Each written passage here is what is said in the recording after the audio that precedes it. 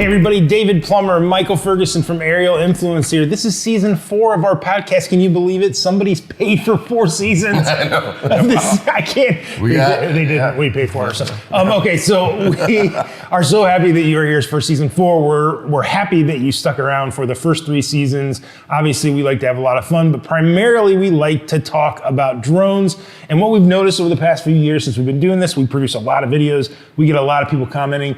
And then we get a lot of complaints that we don't respond to those comments enough. So we thought in this series, there's gonna be 6 episodes. I wanted to start off with a really positive comment though. Absolutely, so let's tell them what we're doing though. What we're gonna do is we should tell them we're just gonna give back. For these next 6 episodes, we're gonna answer your questions. AI Q&A. It's the AI Q&A.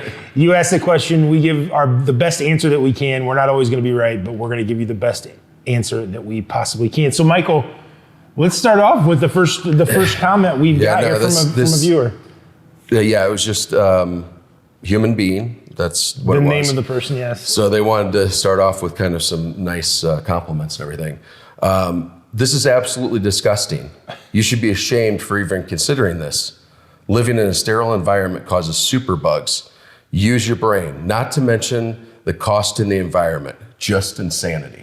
So what do you have to say? So the human being, so she or he, this person was commenting on our video that we did where we were testing out the AgGrass MG1P in the T16 to try to spray for COVID, for disinfecting like parks, outdoor areas. It was a test. We were asked to come in and try to do this. We obviously told them we're only going to use water because correct. It was a test. So it was a water test. I think it might have had some blue food coloring.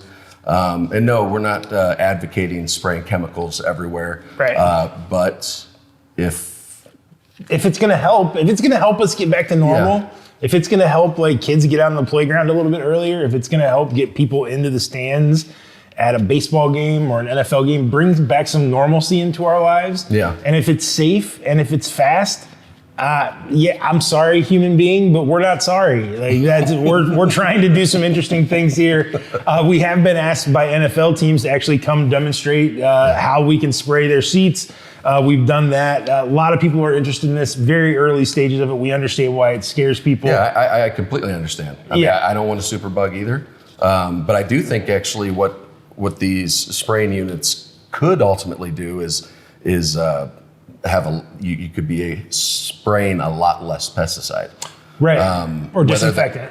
Or disinfectant. Yeah. I mean, whatever your target area is, you can really get targeted and precise with a drone versus maybe some other type of aircraft. Yeah, absolutely. I mean, you think about like an airplane, when a crop dusting plane drops its pesticide down, they obviously get very low to the ground, but it's not necessarily a super precise area. There's going to be lots of drift. There's going to be, wind's going to come and it's going to blow that pesticide or that disinfectant on places they weren't originally expecting it to be sprayed on, or they necessarily want it to be sprayed on. And that's also a concern for the drones as well. But it's a concern for the drones as well, but it's a little bit more controlled when you're using a drone. You're standing right there by the drone. You can see where that drift is at. Mm-hmm. It's a little bit different, I think, in those regards.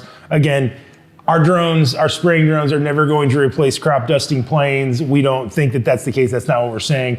But we do think that they've got great promise in what they're going to do for that industry, for the industry of disinfecting. We think that it's going to be a real game changer eventually. Now, the EPA, some of the regulations have to get caught up, have to catch up with where the technology is at. But I would not be surprised within the next 4 to 5 years if you start seeing your kid's school ground being disinfected by a drone every day when they're done with school, or every morning before school. Or some type of robotic. Because it makes sense. We're trying to keep people safe here, and we're doing it in whatever and possible. Keep people working. Keep people working and keep them going in whatever possible way they can.